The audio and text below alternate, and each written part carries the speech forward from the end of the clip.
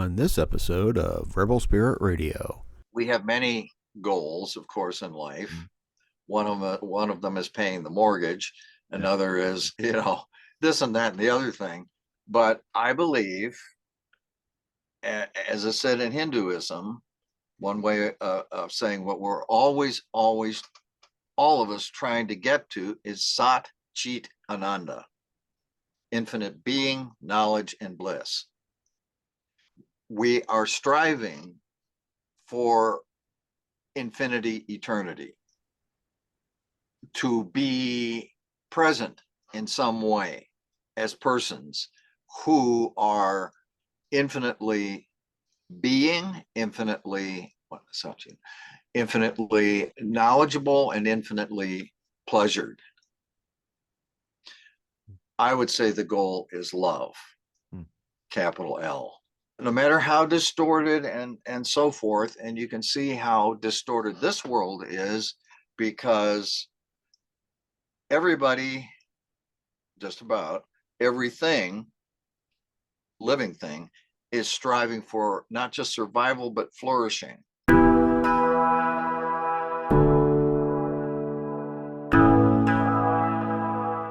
Welcome to Rebel Spirit Radio, exploring the frontiers of spirituality, consciousness, the esoteric, and humanity's sacred relationship with the living earth. I'm your host, Nick Mather, and in this episode I am joined by Douglas M. Gillette to discuss his latest book, Soulmaking, The Realization of the Mystical Life. Douglas discusses his fascination with consciousness, the human psyche, and mystical experiences. We explore the limitations of modern scientific perspectives on extraordinary experiences and explore the potential for expanding human consciousness.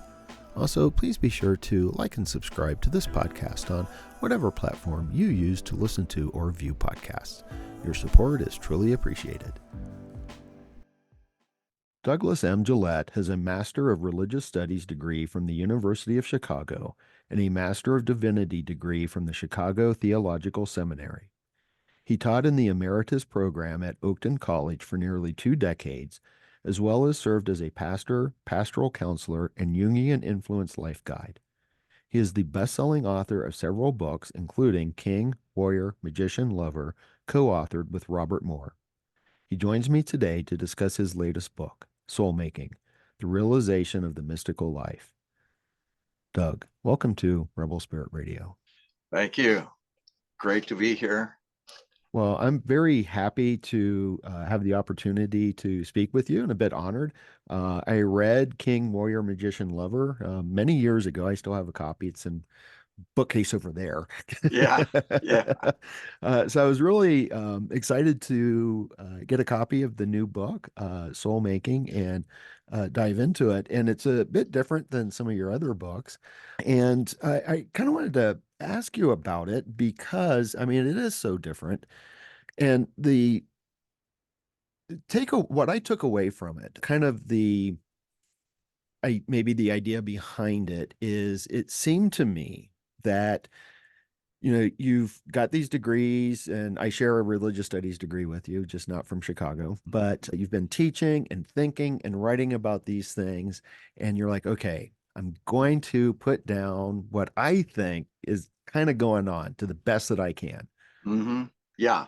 I the 5 books with Robert Moore, and then I wrote a couples therapy book, Primal Love, and because I wanted to move out from, without dropping it behind, but move out from the man-centered thing and broaden it to include women and men in relationships. And of course, I now think it also applies to the multiple gender identifications between the heterosexual gender identities too. So I think it's good for everybody.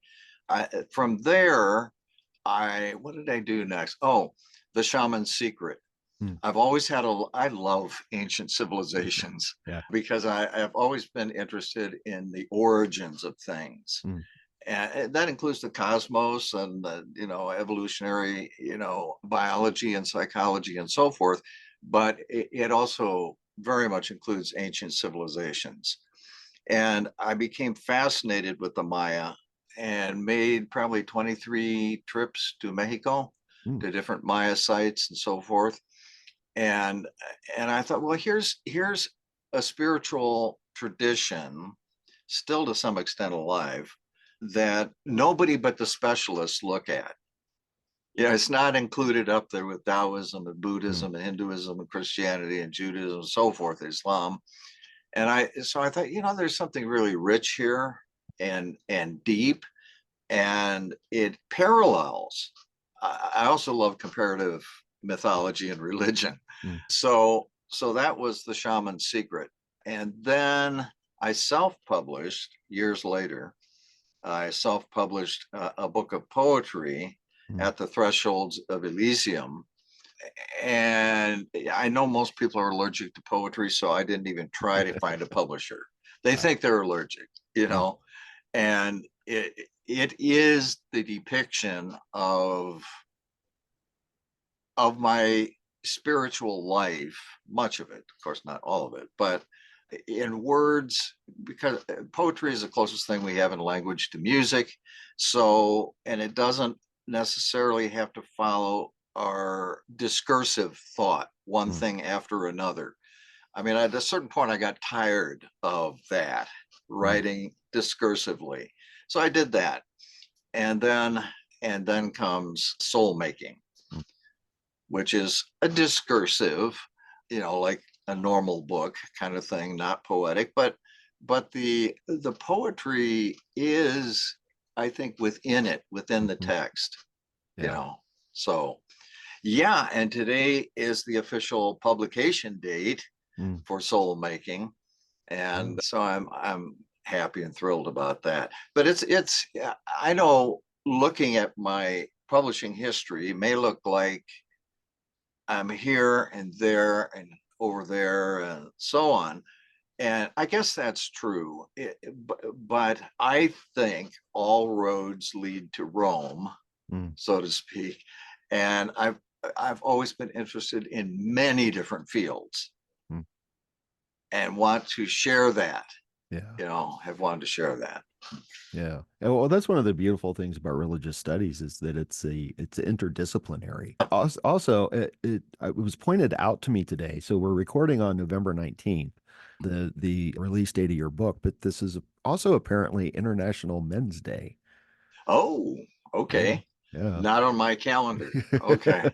Yeah. I've never heard of it, but someone sent me a message this morning saying so. And I'm like, well, that's interesting. Guess who I'm talking to today? Although we're not speaking about that. Well, we can dip into it, but yeah. That's okay.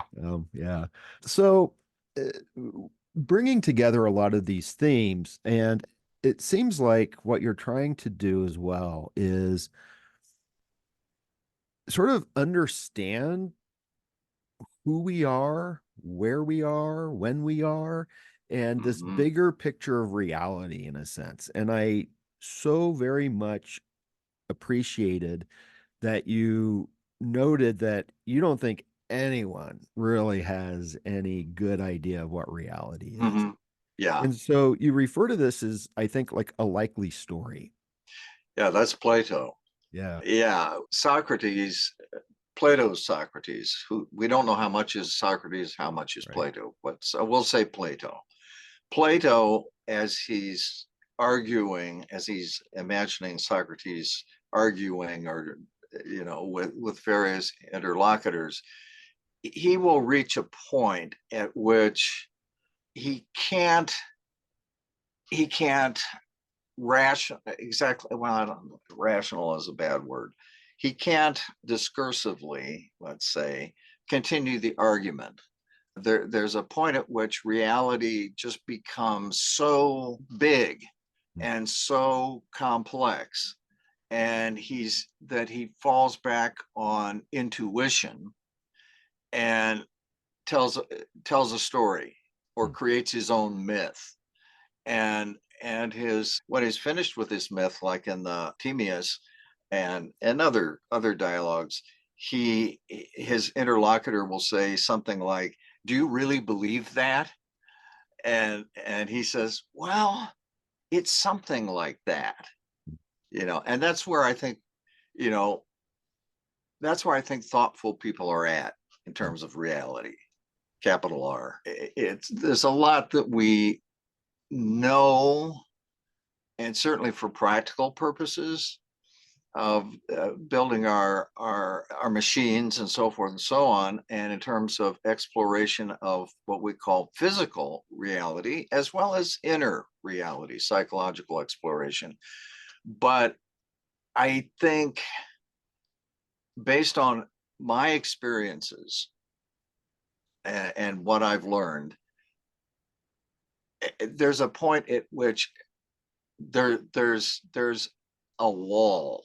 We hit a wall beyond which, so far, we cannot go. And I suspect that wall continues, okay, so we penetrated a little bit, learned something, but it's moved. It's still there, and it is always going to be there, because we are finite creatures, and that's what we are.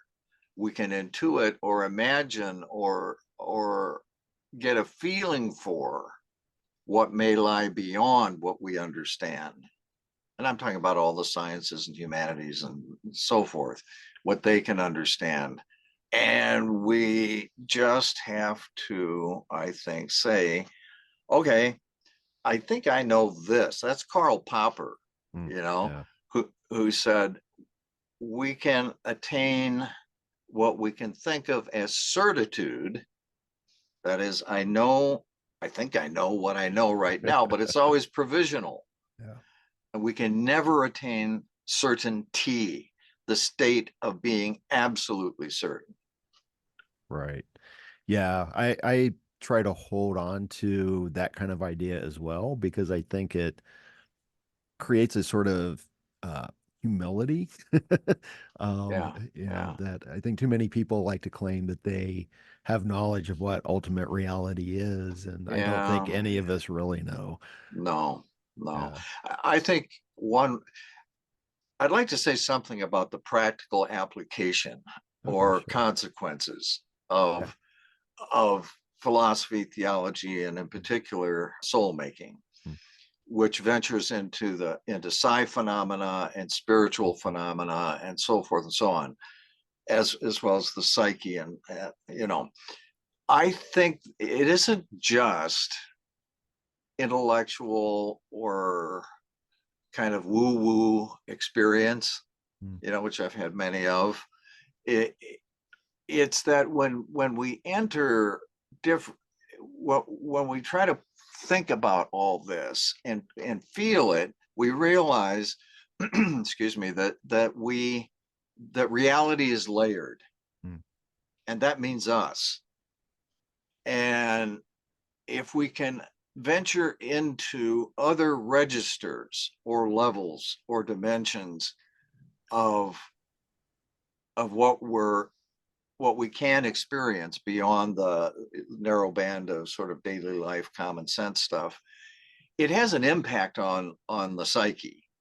The impact, it varies, but certainly there's a sense of mystery, awe, wonder, dread, but also joy and gratitude. And that changes. I mean, if you really get that, feel it, pick it up, that's you at these different levels. Two, recognizing that, or experiencing that we are much more than we normally think we are, ends with humility. Not humiliation, right? Or beating up on yourself for not knowing more about yourself or the universe and beyond, but humility. And then we feel differently about ourselves, consequently differently about others. Yeah. In a good way. Yeah. Well, it always reminds me of Socrates. The only thing I know is that I do not know. Yeah. And Thoreau mentions in Walden, that we need to remember well our ignorance. Yeah, big time. Yeah, Newton said a similar thing. I feel like all the stuff I figured out in quotes, I feel like a child at the edge of an ocean. And, yeah, I think it is because worldviews are, for most of us, consciously, semi-consciously, or unconsciously, inherent parts of our identities, our self-definitions, though maybe not often fully articulated or even partially. There's a challenge and a danger that people feel about expanding their identities, their worldviews. And while we have many motivations for being in conflict with each other, and we don't have to enumerate all the ways, but the one that's really come up again in the past US election is gender. It's not the only factor, but men and women, I mean, there's always been a war on of one kind or another, far back as, we can trace historically. And it just is so hard. But a more nuanced view of masculinity, what those are, and that the feminine is present in the masculine irreducibly. You can't get rid of it.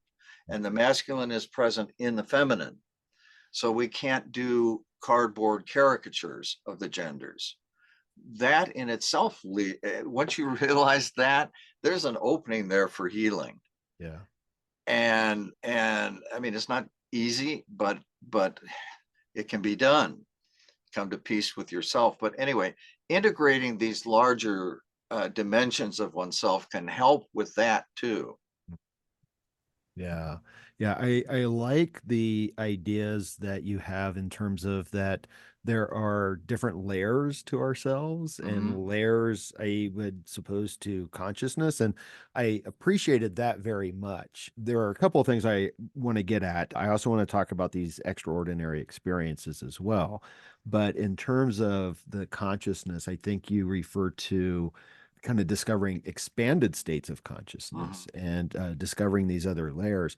And I really like that because I've been giving a lot of thought lately to, we often hear and read about people talking about an evolution of consciousness.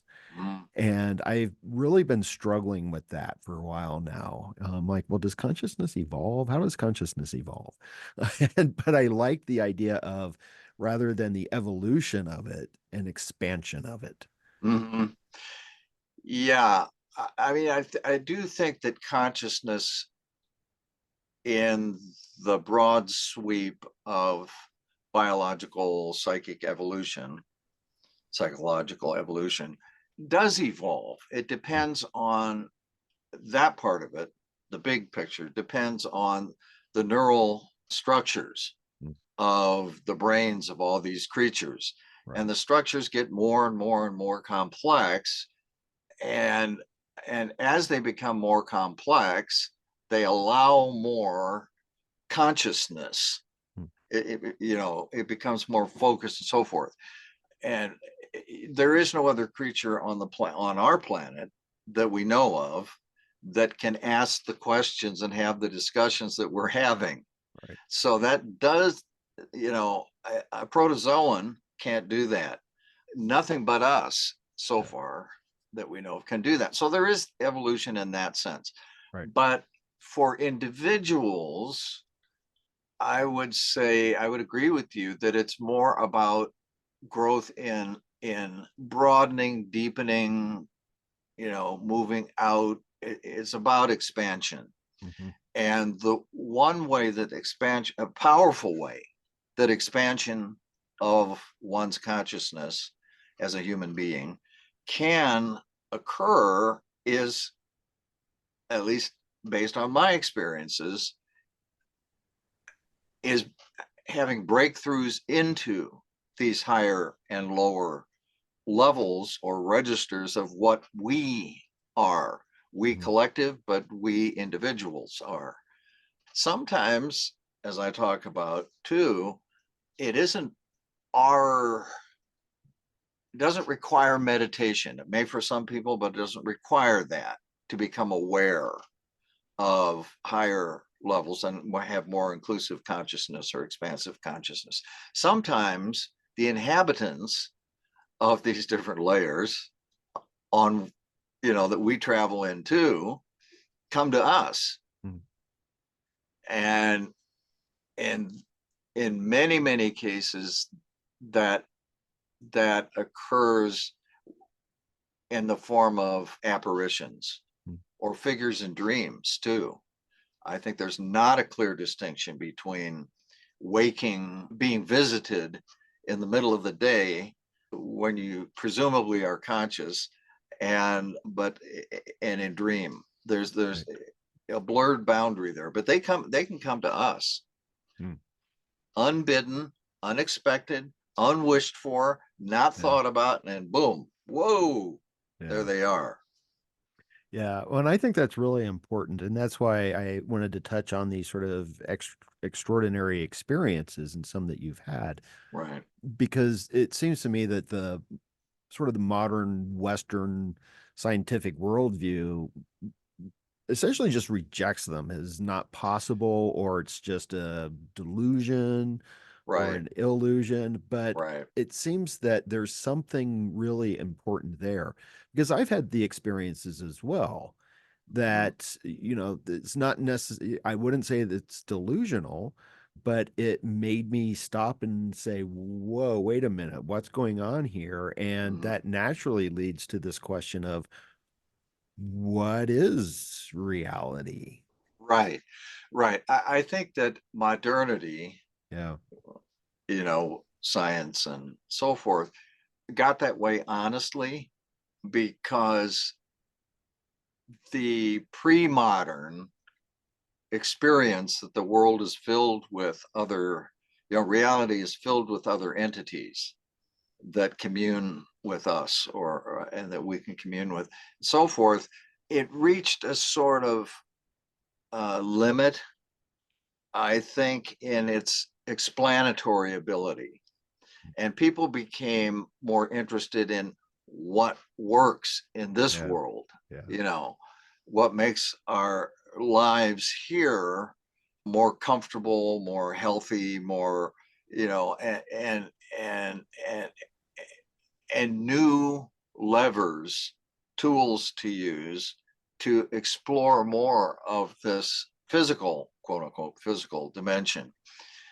So imagination, spirit, paranormal or parapsychological, all became, and dreams, the validity of dreams, all became suspect, because the credo became, in modernity, what you can weigh, measure, etc. That's it. That's all there is. Okay, so modernity, we came by that because of its usefulness, and because, as some moderns have actually admitted, I don't believe in ghosts because they scare me. Well, if they're not real, why are they scaring you? Right. They scare me because I can't control them. And of course, modernity is all about trying to control nature and our place in it. So, of course, things that strongly suggest there are other dimensions are forbidden territory. But we are now moving into, and some of us are very much in, a postmodern era where modernity has reached its limits, i.e. science, in a sense. I mean, there's a lot more to discover, but the fact that we have made no further progress in understanding quantum physics, for example, in the last 100 years, and that the quantum physicists, the researchers who think about it, realize, I mean, they don't agree on what matter is, if it is, in a certain sense. So you've hit a wall there. So then where do you go with it? Well, then you start maybe thinking about well, you can't figure the extent of it, but the extent of the mysteriousness of what reality is. And by the way, I would say that on the same thing, modernity and sciences in particular, believe there's an objective world. And Jung, trying to be scientific in his exploration of the inner world, inner in quotes, tried to sound as scientific as he could. He calls it the objective psyche. Well, it'd take us 10 hours to really define all that and so forth. My point is that those who believe in an objective reality, and I provisionally do, nonetheless have the problem that they forget that it is subjectivity that creates objectivity. Right. They think they've escaped their subjectivity.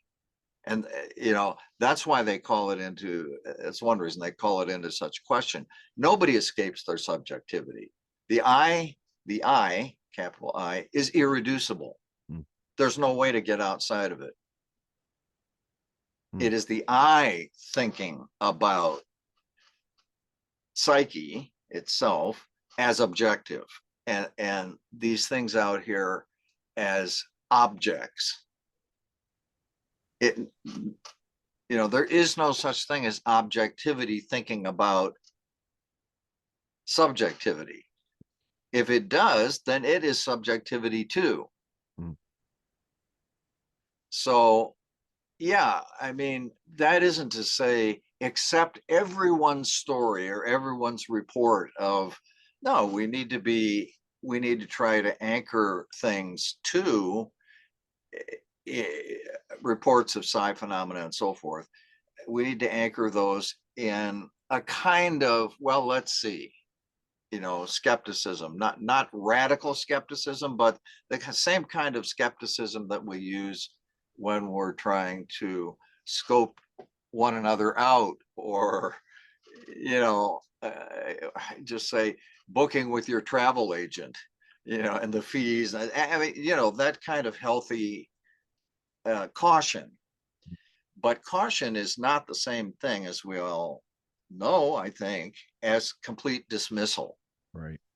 By fiat. Okay, that can't happen because I can't weigh it, I can't measure it, I can't photograph it, I can't. Well, you know what? That reminds me of the movie The Conquest of Paradise, about Columbus. And he's trying to get money from the Spanish crown to, he believes he's going to be able to find. Yeah. So anyway, he's having a discussion on a balcony, an outdoor balcony looking out at the city, with the finance minister of Spain. And the finance minister is saying, I deal with hard facts. And what I'm looking at here is a really risky venture that's going to cost a fair amount of money, and I just don't know. And Columbus, the Columbus figure, takes him by the shoulder or something, turns him toward the city, and he says, what do you see out there? And he says, I see towers, I see churches, I see houses, I see, and Columbus says, yes. And all of that took money, but where did the vision for building that come from? It came from imagination. So we're usually unaware or unconscious that what we do, create, etc., in the outer objective world is actually coming from subjectivity, from imagination. Yeah. So imagination has a bad rep in modernity. But there's another word we can use for that. Instead of saying imagination, we can say imaginal. It is, everything comes from the imaginal, or what I think is the collective consciousness, universal consciousness, whatever. It flows up through the imaginal, for the ego consciousness, the imaginal dimensions of the psyche, which are huge, vast. So you know, and I'll shut up in a minute. But if you are hung up on, for legitimate reasons, on materialism, you will have to deny that there's anything but that. And it's a rigid dogma. Mm-hmm. Instead of science, it becomes scientism. Yeah. And it's a dogma, just like other dogmas. And wherever there's a dogma, in my view, if it's not couched in the provisional, I provisionally believe this, Yeah. then it becomes rigid, dead, and bound to initiate conflict. Yeah. Yeah. No, I agree. I wanted to ask, because psyche is such a huge part of the book, and I know that psyche means soul. I was curious if you are also connecting that, and there is a tradition of connecting soul and consciousness, but in connection with that, you identify yourself as, I think, a couple of things, but one is a panentheist, Yeah. which is that God is in all things. And one of the main questions I have for you is that connection between God and psyche, because if you say you're a panentheist, one of the notes I had was, well, are you also something of a panpsychist or a Yeah. idealist? Panentheism, as I understand it, is the notion that God is in and maybe is the everyday world, the material world, but exceeds it. Hmm. So that the material world, and always I'm using matter and psyche too, to some extent, in quotes, and inner and outer and so forth, because we don't know what they are. Yeah. Any of it, really. But it's this notion that God is present either within or in, if you want to go further, as the material world, but is always more than that. So what was the other part of your question? Oh, now I have to remember. Yeah, me too. Well, I was asking about the connections between panentheism and like a panpsychism. Panpsychism. Yeah. Yeah, that is one of the directions or orientations, in the philosophy of mind Right. field. And in the technical sense, it's everything has a little bit of psyche. Everything has a little bit of psyche. And it's only when it gets glued together. So that's the pan part. And it's only when it gets glued together that you can get more complex psyche. Hmm. I don't know that I don't know that I fully agree with that. I do think that everything is psyche, everything, and that psyche manifests or produces, generates everything, including what we call the material world. And it generates this stuff. That's one way we can talk about it. It's something like that, Yeah.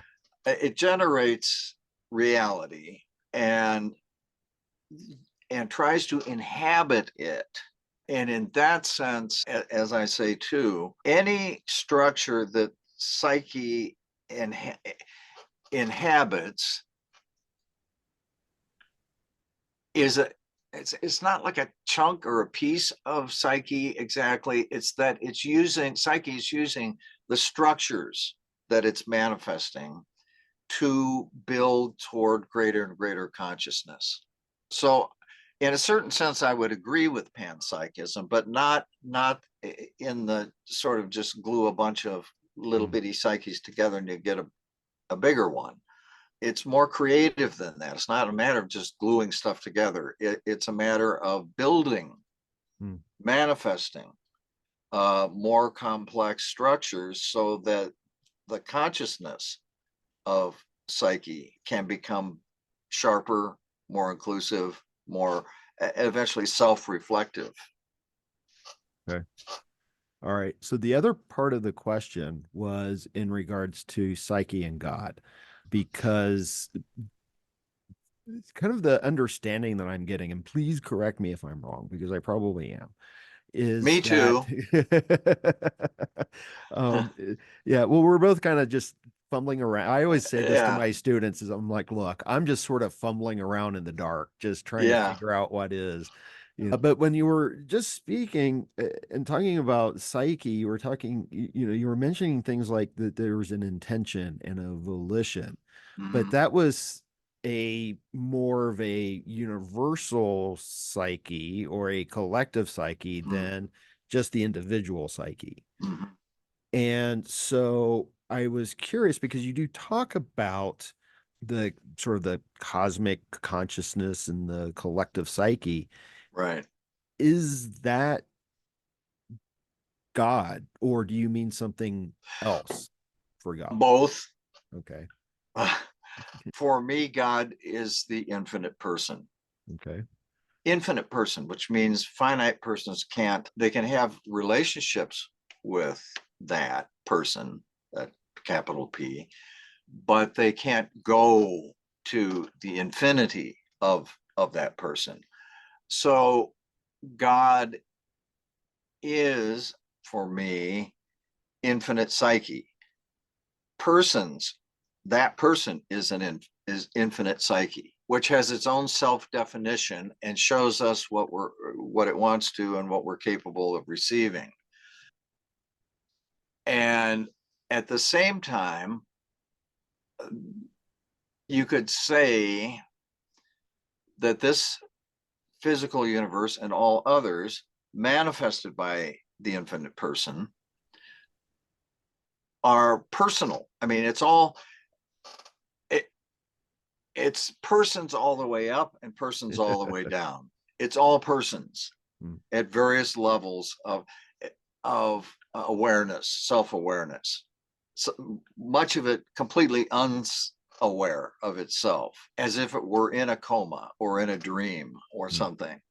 But yeah, Lyle Watson has said that where he sees personhood emerging, he's basing this on Ernst Haeckel, the German, where he sees personhood emerging is in little tiny organisms, and the Volvox is one, that size of a pin, but it organizes itself in time to do a number of things that are certainly intentional. It may not be aware of its intention, but the intention is there.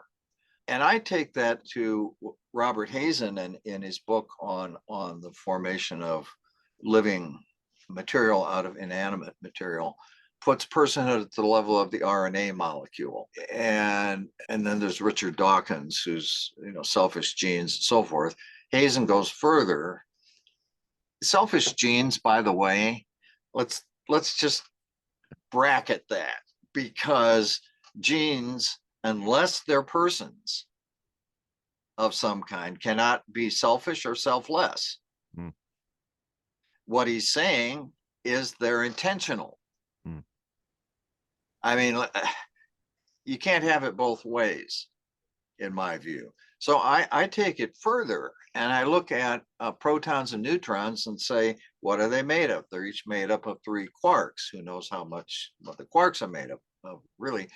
But there is, even at that inanimate level, quarks are behaving as if they don't want to stay part of this community that is the proton. The proton, via the strong nuclear force, is acting like it wants to continue to exist. Now, are the quarks that are trying to escape and the proton that is trying to hold them in, are either one of them conscious in our sense? No, probably. But does that mean they don't have any sense of psyche, soul, consciousness, etc. And I would say, no, that's not what it means. They do. It's just unconscious to them. But the whole thing is set up, I think, as persons. Vague, fantastically unconscious persons, but persons. So look at ourselves. I'll look at me. A lot of what I do, my body does unconsciously to me, to my ego consciousness.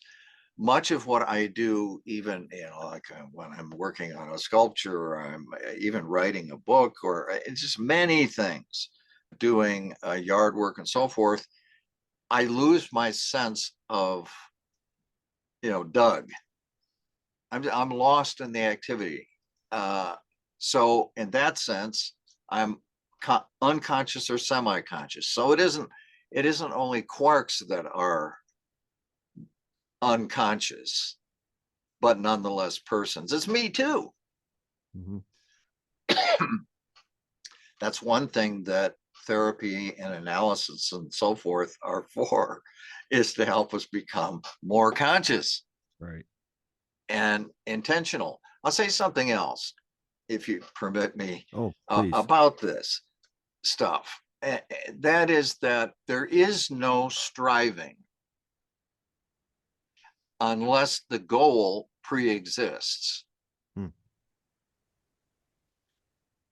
Unless the goal is there somewhere. There has to be a hoop and net that's important for the basketball player to try to get the ball in the hoop. If there were no hoop and net, there would be no striving to get the ball in the hoop. Yeah. That's true for everything. Yeah. So I think we have to rethink. I mean, it's just become conscious, more conscious of what we're saying when we deny pre-existing goals, as is frequently done in evolutionary biology. Right. Everything's random, everything's an accident. Oh yeah, really? Tell that to any organism that can think at all. No, even if it can't, tell that to any living thing, that there is no purpose, there is no goal, there is no meaning to its life, and it'll laugh you in the face. Yeah. Well, sometimes it's just difficult to see what that goal is. I mean, what would the human goal be? We have many goals, of course, in life. One of them is paying the mortgage. Another is, this and that and the other thing. But I believe, as I said in Hinduism, one way of saying what we're always, all of us trying to get to is satchitananda, infinite being, knowledge, and bliss. We are striving for infinity, eternity, to be present in some way as persons who are infinitely being, infinitely knowledgeable, and infinitely pleasured. I would say the goal is love, capital L. No matter how distorted and so forth, and you can see how distorted this world is, because everybody, just about everything, living thing, is striving for not just survival, but flourishing. Unconsciously, it want and practical immortality through sex. I think that unconsciously, even for a lot of humans, what living things are striving for is infinity, eternity. Life does not know where to stop. I mean, that's a good clue right there. Right. We had a number of snowball Earths, apparently 4 billion years ago almost. What were they caused by? They seem to have been caused by cyanobacteria, who just sucked all the CO2 out of the atmosphere and put us into a succession of ice ages. The only thing that saved us, life, were volcanic eruptions. But left to their own devices, they committed suicide, basically, or near suicide, by not knowing when to stop. Why don't we know when to stop? Because we're programmed, let's say, to want to be everything, to want infinite being and so forth. And the reason I say that the goal finally is love is that, and many people would not necessarily agree with this, and I think that if they don't, it's because they're not conscious. The most fulsome, all-embracing, fills you up entirely, leaves you entirely satisfied, entirely joyful, is love. There isn't any other emotion that even comes close to it, in my experience, the satisfaction that you say, okay, well, a lot of love relationships are troubled. That's not what I'm talking about. I'm talking about the pure emotion itself, whenever you feel it, however fragmentarily or transiently. When you're there, you know, this is it. Power, wealth, etc., are misdirected attempts to find love, infinite love. Why do I think that? I think that because with money, for example, there's never enough. Never enough. Something that is never enough is not your true goal. Because there is a thing that is enough, and only one thing that I know of, and that is giving and receiving fulsome, untrammeled, selfless love. Okay. So is this that's the goal for humans? Is that the goal for the universe? Because you also know that the universe is goal oriented. I don't know, because I can only get clues from nature, capital N. Right. It does seem to me, it seems like nature is, and there's several ways that I think about this. Nature is a person or personish. In that sense, it is not the same thing as God. And it seems to have many purposes and goals. Likewise, God, who knows what God's, I think God has a multitude of purposes and goals, and nature certainly is interested in, I'm going to talk anthropomorphically here, is interested in the directionality of complexity toward greater and greater consciousness. It I believe is trying to recapture in a necessarily discursive way, one thing after another, that's evolution, part of evolution, what it once had when it was whole, and fell out of that fullness of the divine somehow, whatever. Nature's purpose is to recover that, the wholeness that it fell out of.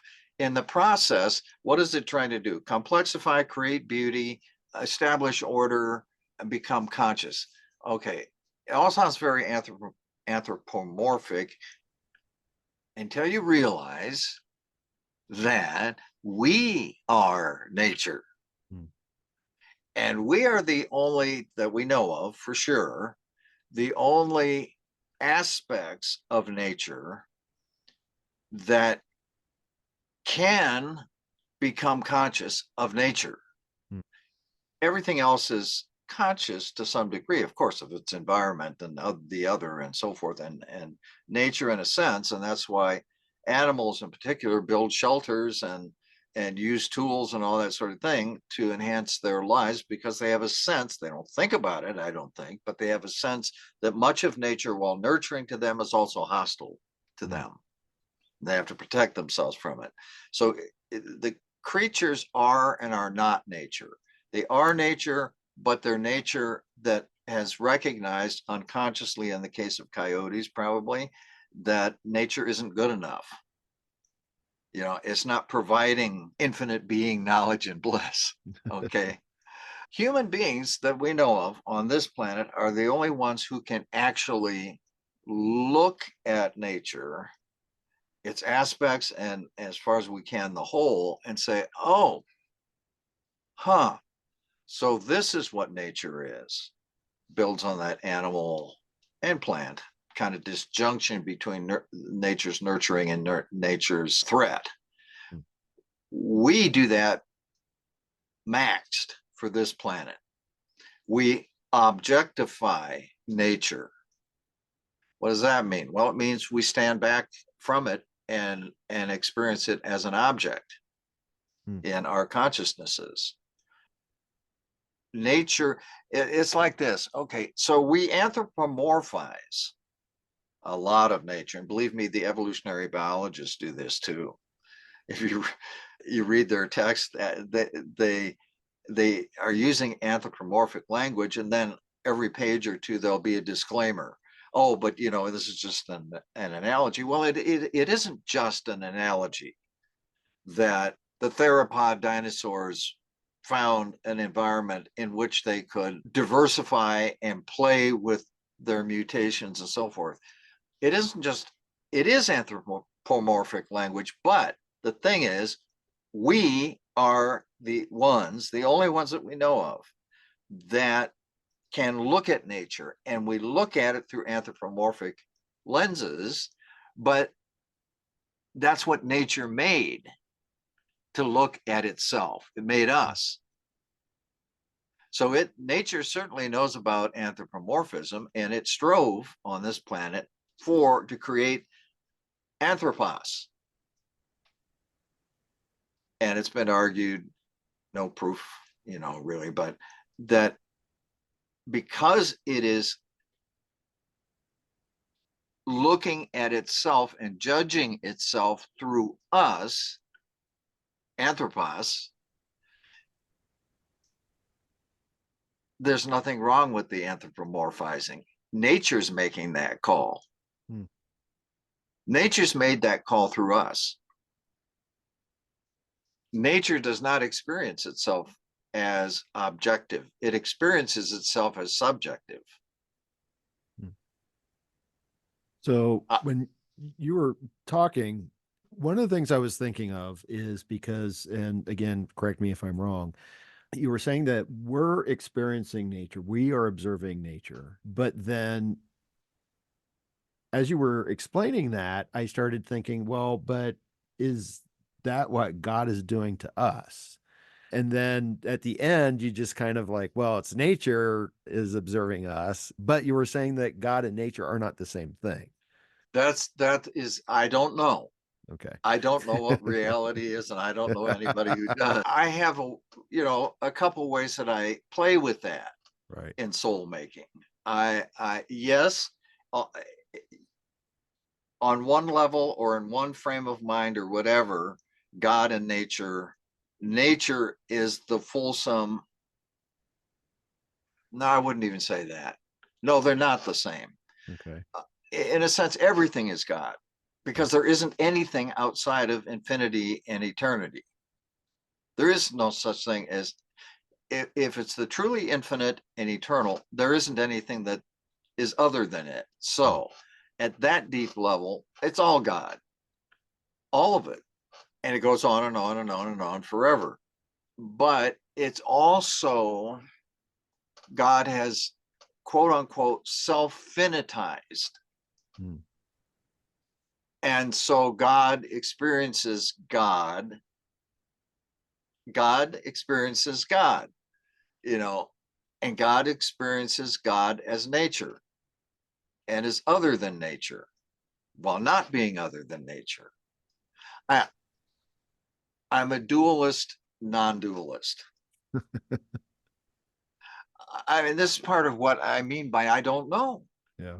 Because you can think of it, we can think of it in so many different ways and experience it in so many different ways. For practical purposes or purposes for thinking about it, that's why I am a Neoplatonist of a kind. I do think there's hierarchy. Right. I do think that I like David Bohm, the philosopher / physicist, who has his implicate order and his explicate order.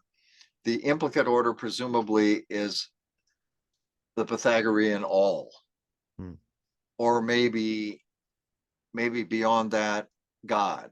And in Pythagoreanism, there is a distinction between the all of nature, capital N, and the one, or God. And this world, and who knows how many others there may or may not be, this world is a fragmentation. A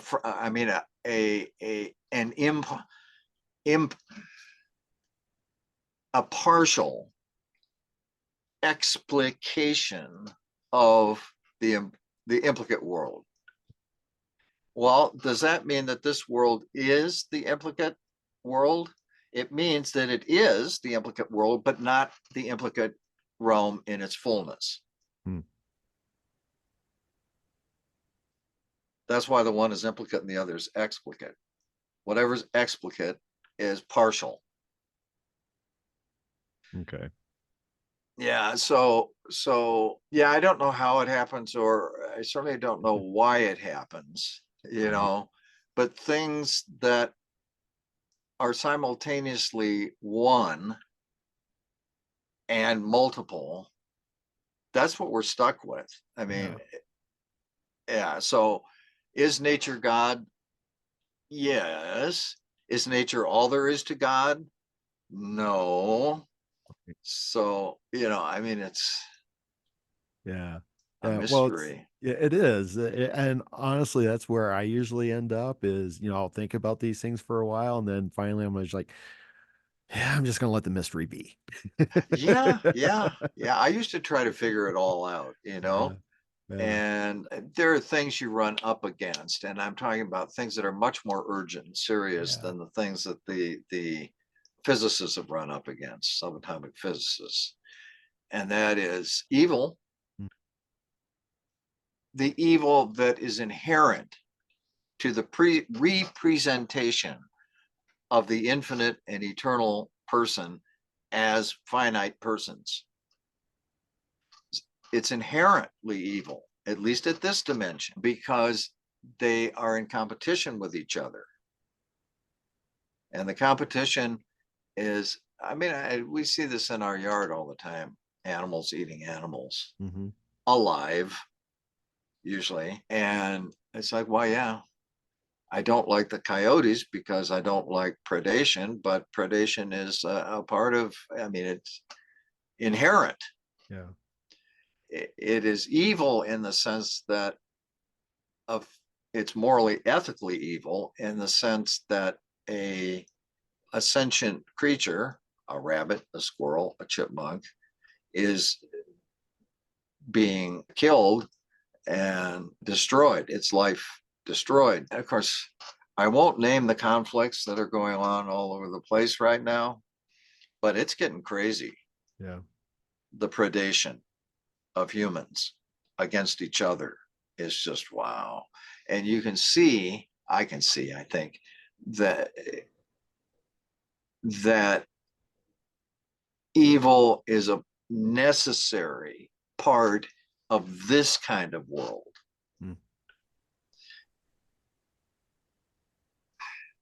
I don't like it. I don't understand it. I don't, but it is.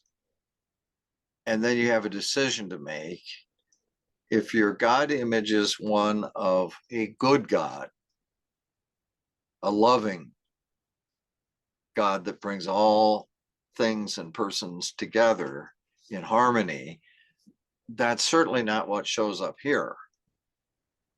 I believe, and I think I have experienced that it is in other dimensions or registers of consciousness and being, but it isn't here, and fragmentarily. But you've got the problem of how you get from, for example, the God of Jesus, God of love, to this kind of a world.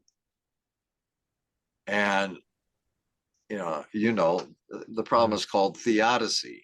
Right. And there's all these different attempted explanations of what good evil is, And I have a chapter, one of my chapters is devoted to that. And I don't know, Nick. I mean, that's where I end up. It's like, again, I don't know. Yeah. I believe that it is all lifted up into goodness and fulfillment, all individuals, the whole thing. But I don't find any of the explanations for the disjuncture between how nature behaves and how a loving God is. I don't find any of those credible. And if you abandon those explanations, and you do have to say, somewhere or another, if God is infinite, God is responsible for the manifestation of good and evil. Because there's nothing outside of God. So, and if I stop there, as in Hinduism and many other, isms, and say, well, it's just the way it is. The God of the Hebrew Testament, well, even the God in places in the New Testament, is not always or consistently humane. Right. And as Brahman isn't. I mean, you can say, well, that's it. God is good and evil. That's why this world is good and evil. But that's not a God that I, left at that level, that's not a God that I care anything about. That's just nature. Isn't there something beyond nature? A God that is a God image that is beyond nature? If there isn't, then the whole thing is just an exercise in futility to me. Yeah. If there isn't redeeming goodness, then, Yeah, that's the problem with the Odyssey is always the tricky question. And I agree with you. I don't think that there's any really good solution to it, at least nothing that's been proposed. I think, though, typically the way I would approach it is it depends on how you identify God, how you understand God.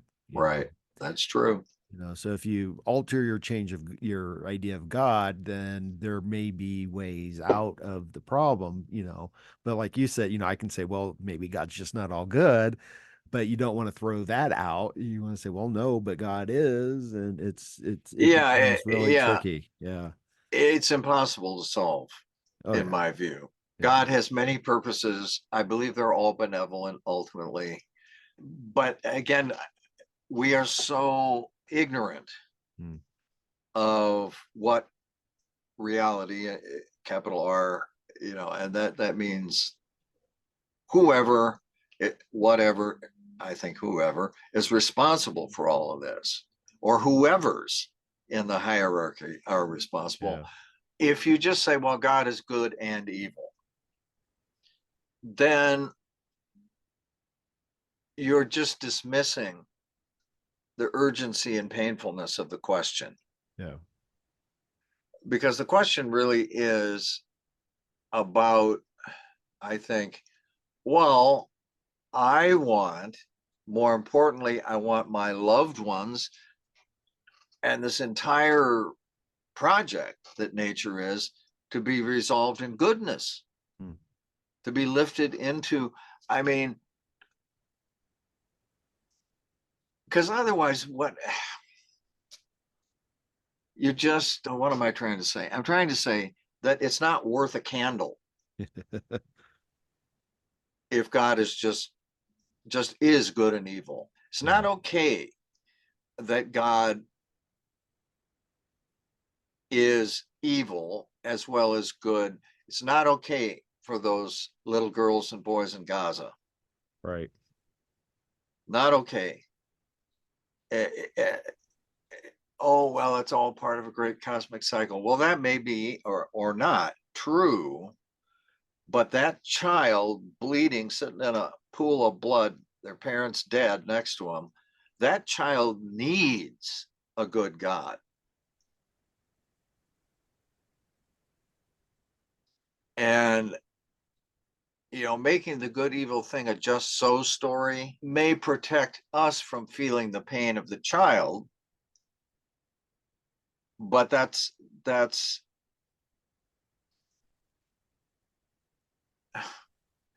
immoral. Yeah. Yeah. Well, it seems like there's different, how do I want to say this? When you look at being in general, just being in general, as you noted, life feeds on life. Yeah. And I don't think that we can get away from that there is suffering in that. Yeah. But then there's like a different sort of a human level of suffering that we seem to create. The situation in Gaza, we have created. We created the Holocaust. We created the genocide of Native Americans, right? Right. And that, in my mind, is something that is human responsibility, that we can change that. Now, I think I could be wrong on this. I think it was in Viktor Frankl's Man's Search for Meaning, when he's in one of the concentration camps, that the Jews there actually put God on trial and found him guilty of violating the covenant. Yeah. But I guess what I was thinking is, all of that sort of like maybe it's incorrect to even refer to that as, the justness of God. We need to think of the justness of the human and get ourselves in right relationship with each other. But I was also thinking, just on this basic level of life feeding on life, we have to do that. But you will see, I just finished teaching Robin Wall Kimmerer's Braiding Sweetgrass. And that comes out of, the Native American, the indigenous traditions. And within that, there is a profound reciprocity of when you take a life, you recognize, I am taking a life, but you also honor that life. Right, right. So that, I think I know. I think the prey would not be happy with or give a shit about, being honored. Yeah. I mean, that would be a good attitude for us to have as we take a life, as we have to take a life. There's no alternative. But I'm not sure the prey would feel particularly honored or want to be honored in that way. So, yeah, I mean, and then when you talk about industrial scale societies, it's impossible. Yeah. You're hammering cows in the head and sticking, one after the other, after the other, after the other. There are adjustments, obviously, that we would like, you and I at least, and I think others too, would like to see made. Yeah. In terms of honoring, not just animals, but each other. Right. And all of the above. And so I do think there are ways, how can I say this? This is how awful I think the situation actually is. It is that I don't believe that we increase good at the expense of evil. I believe, and I could be wrong too, because again, I don't know, but it looks to me like somebody always pays. We reconfigure the goodness and the evil, or the light and the darkness, but we don't increase or diminish the evil or the good. We reconfigure it so that French Revolution, the peasants were feeling the evil of the greedy aristocrats, maybe not unlike the United States of America. Yeah. And they finally rose up after, suffering great evils, starvation and so forth, and overthrew the nobility. Okay, what did they do in that process?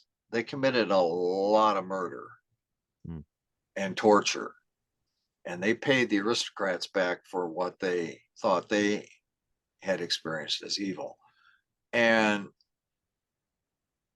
But did they increase goodness at the expense of evil, or did they just reconfigure it? I am not sure on that question. But what I am sure of, provisionally sure of, is that the goal of idealists of somehow bringing about a kind of utopia in history, in this band of reality, is not going to happen. The kingdom of heaven is not descending and transfiguring the earth through our efforts or God's anytime soon, and I think never. I think if you want the kingdom of heaven, where there is a kind of goodness that has metabolized evil, has swallowed it up and metabolized it, you have to go this way. You have to go vertical. The horizontal line is not going to take us there. That's what I think. Yeah. So is that part of maybe the reason for the expansion of consciousness? Yeah. Yes, to be able to transcend, which is always a problem. Yeah. Depending on circumstances, imaginal capacity, spiritual sensitivity, etc. Yeah. Yeah. Yeah. Well, we are in a very precarious moment, I think, worldwide. Yeah. And it also, I don't know. I mean, I often ask people, especially when I'm interviewing folks about environmental issues, I will always ask them, do you have hope? And I suppose I could ask you the same question, because it seems like we are in this moment that is desperate for us to expand our consciousness and try to make the world a little less evil.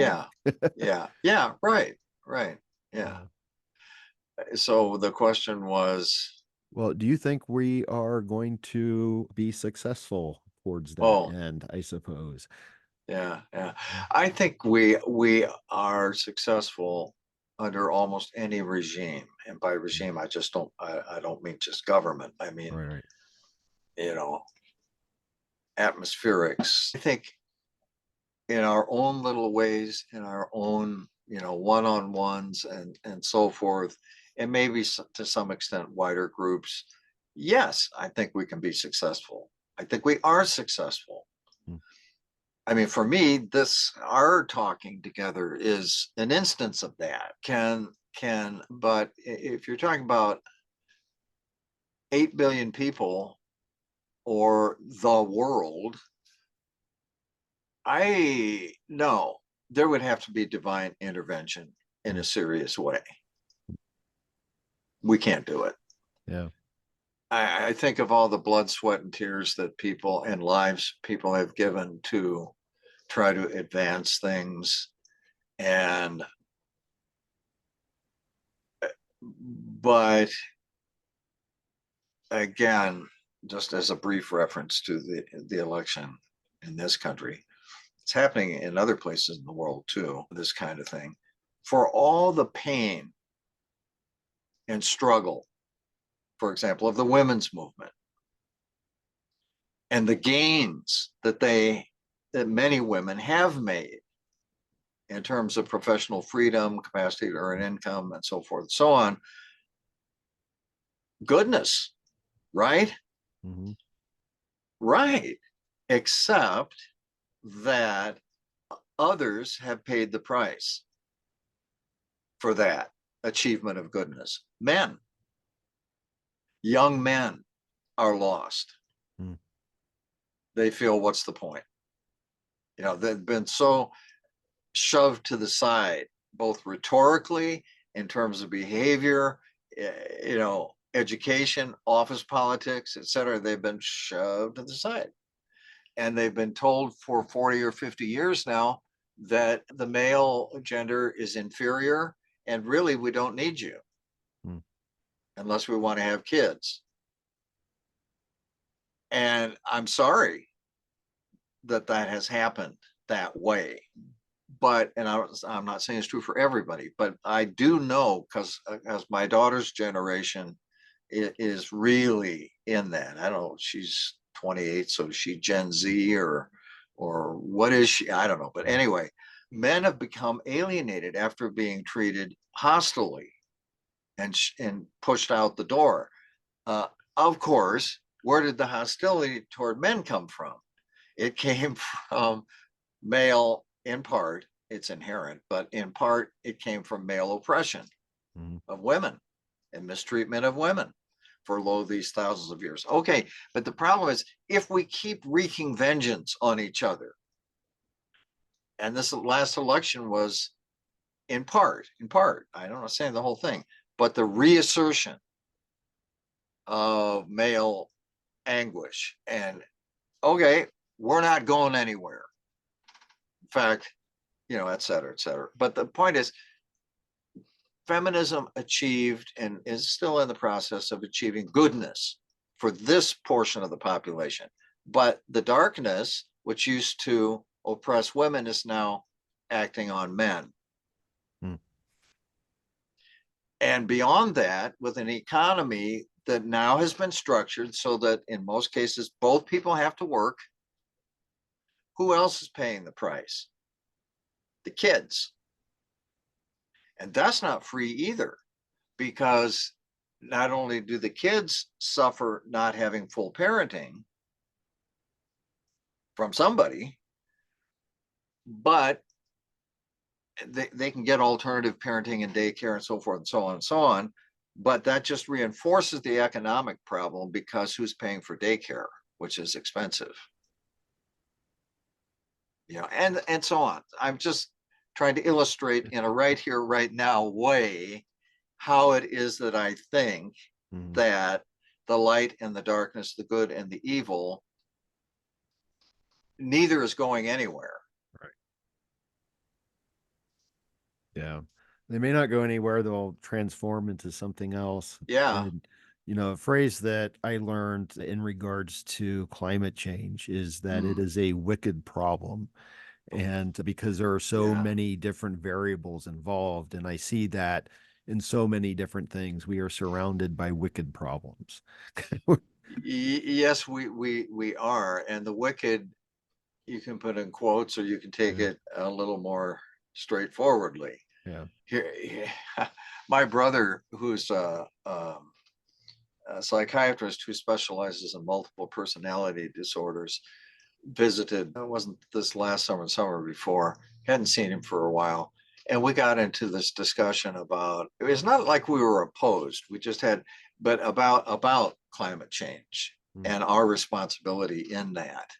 And of course, most climate changes have not had human responsibility. But this one, if there are other factors, there's certainly us as a factor too. But in any case, he was saying we're the only species that has ever had the power to destroy life on the planet. I said, actually, that's not true.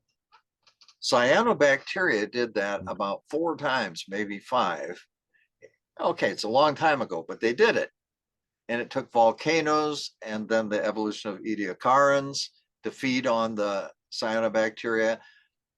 Neither of those were completely successful, so animals had to be invented to eat the plants so that we'd get them. And then again in the Carboniferous era.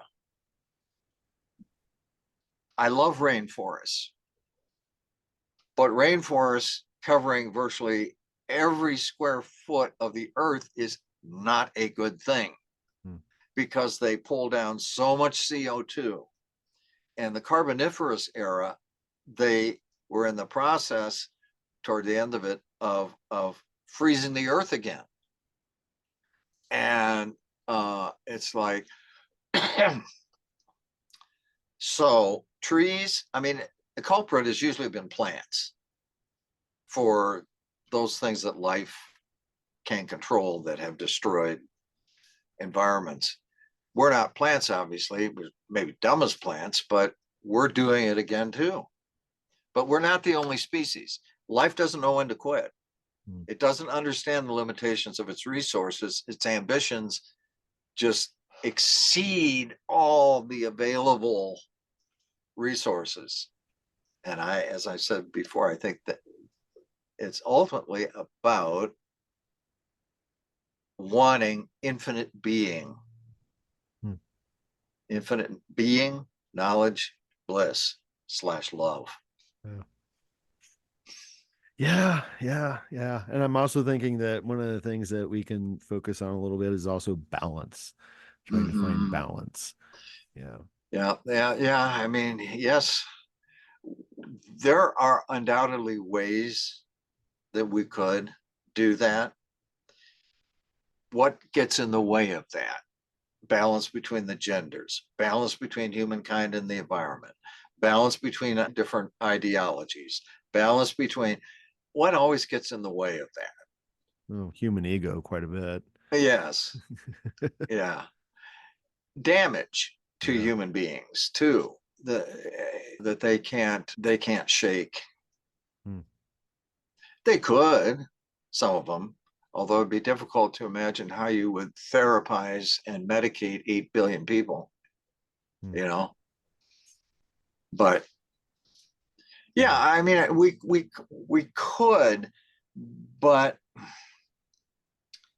the balances that we seem to achieve so far, I don't mean for the future, may be different, but are either this or that. It's along a temporal line, you know, Republican, Democrat, Republican, Democrat, Republican, Democrat, fem lib, men's rights, fem lib, men, etc. It's sequential, unfortunately. I mean, I think it's possible that the human population will top out and retract a bit. And then we'll have the problem of, okay, there are less humans, but is there less demand for resources, even at 4 billion, let's say? Maybe not, because whoever's left is going to want the max. They're not going to be content to be living in a future third world while some other group of people lives in a first world. No, they're going to all want to be first world. And of course, there's not enough resources for that. There just aren't. So what do? Okay, sell the house and build a log cabin. I don't know. That's just mean these are real problems. Yeah, well, I think we're in the process of a lot of our structures are going to have to change because there's likely going to be a lot less of us, and not by choice. Right. Yeah. So, Doug, I'm sorry that I know we're kind of running out of time. I'm going to have to go off and teach a class here. And so before I let you go, let me ask you, what have you got coming up? What are you working on next? And in conjunction with that, is there someplace where people can go to find out more about you and your work? Yeah, I have a website, DouglasGilletteCreations.com, all one word, DouglasGilletteCreations.com.